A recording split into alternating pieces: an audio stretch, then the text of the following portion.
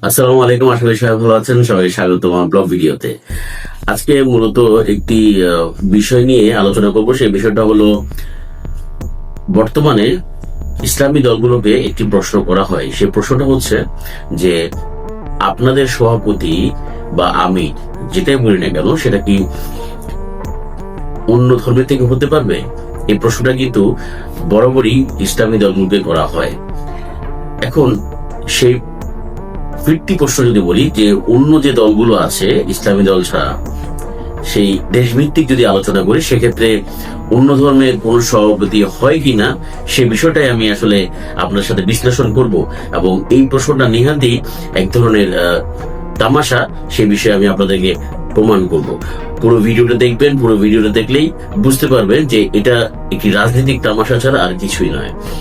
আসুন, তার আগে একটু কথা বলি, সেটা হচ্ছে যারা আমার এই চ্যানেলটা দেখছেন ইউটিউবে, তারা অবশ্যই সাবস্ক্রাইব করে আমার সাথে থাকবেন, এবং যারা ফেসবুকে দেখছেন তারা অবশ্যই ফলো দিয়ে আমার সাথে থাকবেন। আসুন আমরা মূল পর্বে এই বিষয়টা নিয়ে পূর্ণাঙ্গ আলোচনা করি।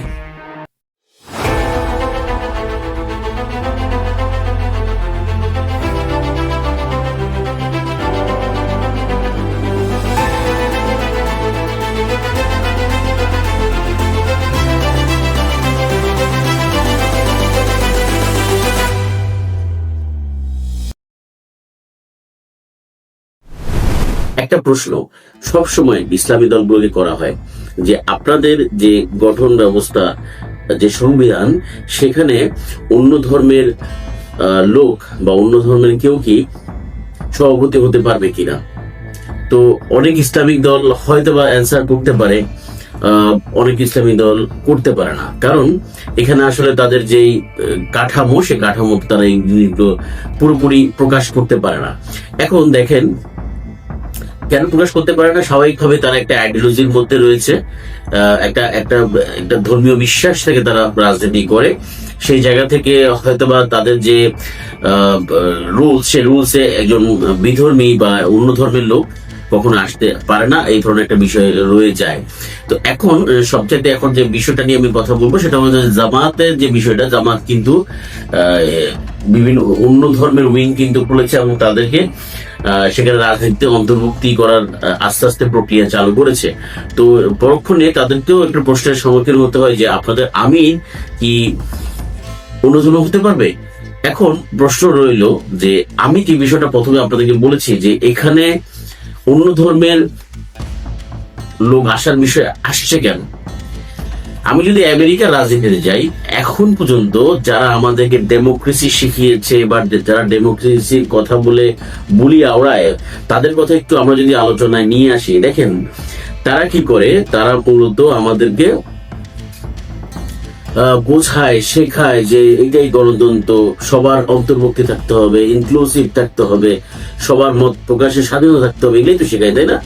তাহলে এখন দেখেন, আমেরিকাতে আজ পর্যন্ত রিপাবলিক বলেন অথবা ডেমোক্রেট বলেন, তাদের কি আজ পর্যন্ত অন্য কোন ধর্মের কোন ব্যক্তি সভাপতি, প্রেসিডেন্ট কেউ কি হতে পেরেছে? হতে পারেনি। ইভেন দো তারা এখন পর্যন্ত বাইবেল দিয়ে তাদের শপথ গ্রহণ করা হয়, কিন্তু তারাই আবার আমাদেরকে ধর্ম নিরপেক্ষতা শিখায়। এবার আসেন ভারতে, আসেন আমাদের খুব কাছের দেশ। তারা গণতান্ত্রিক ভাবে তার অনেক বড় গণতন্ত্র। আমি সেই জন্য আসলে এই দুটো দেশের উদাহরণ টানছি। আমি চাইলে আরো হাজার হাজার উদাহরণ দিতে পারবো, বা পুরো পৃথিবীতে যা ঘটছে। এখন ভারতে দেখেন, ভারতে বিজেপি রয়েছে, কংগ্রেস রয়েছে, বা আমি বিজেপির কথা বাদই দিলাম, তারা একটা ধর্মভিত্তিক একটি দল, তারা তো কখনোই এটা সম্ভব না।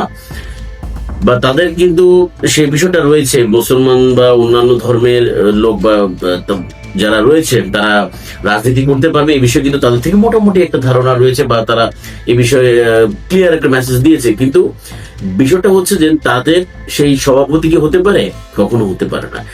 আজকে এই তাদের যে ৭৪-৭৫ বছরের যে ইতিহাস, সেই ইতিহাসে কি একদিনের জন্য কোনো মুসলমান সভাপতি হতে পেরেছে? পারেনি।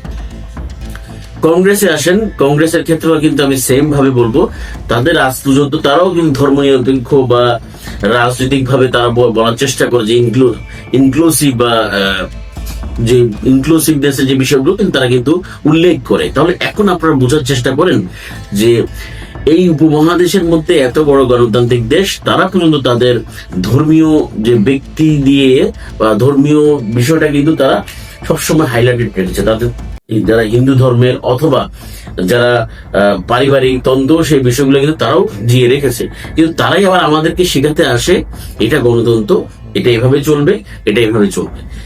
দেখেন, এই প্রশ্নগুলো কিন্তু ন্যারেটিভ ক্রিয়েট করা। আমাদের দেশে এই জিনিসটাকে ন্যারেটিভ ক্রিয়েট করা হয় যে তোমরা যদি অন্য ধর্মের লোক তোমার সভাপতি না হতে পারে তাহলে তোমাদের গঠনতন্ত্রের সমস্যা আছে। কিন্তু এখন পর্যন্ত কেউ আমাকে বলতে পারবে না যে এটা অন্য যে দলগুলো আছে তাদের ক্ষেত্রে ন্যায্য কিনা।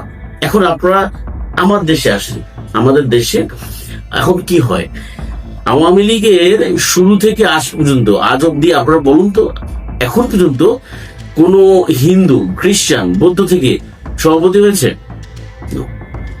আপনি বিএনপিতে বলেন, আজ পর্যন্ত হয়েছে সভাপতি? হয়, পরিবারতন্ত্র চলছে। তাহলে এখন আপনারা কিভাবে বোঝাবেন, কোন জায়গা দিয়ে বোঝাবেন যে এটা, এই প্রশ্নটা তাদেরকে করা হয় না কেন, এই প্রশ্নটা আমেরিকাকে করা হয় না কেন, এই প্রশ্নটাকে ভারতকে করা হয় না কেন, এই প্রশ্নটা বাংলাদেশের অন্যান্য যে বড় রাজনীতিক আছে তাদেরকে করা হয় না কেন? এটাই হচ্ছে ন্যারেটিভ, এটাই হচ্ছে যে আপনার তামাশা, এটা হচ্ছে হিপোক্রেসি।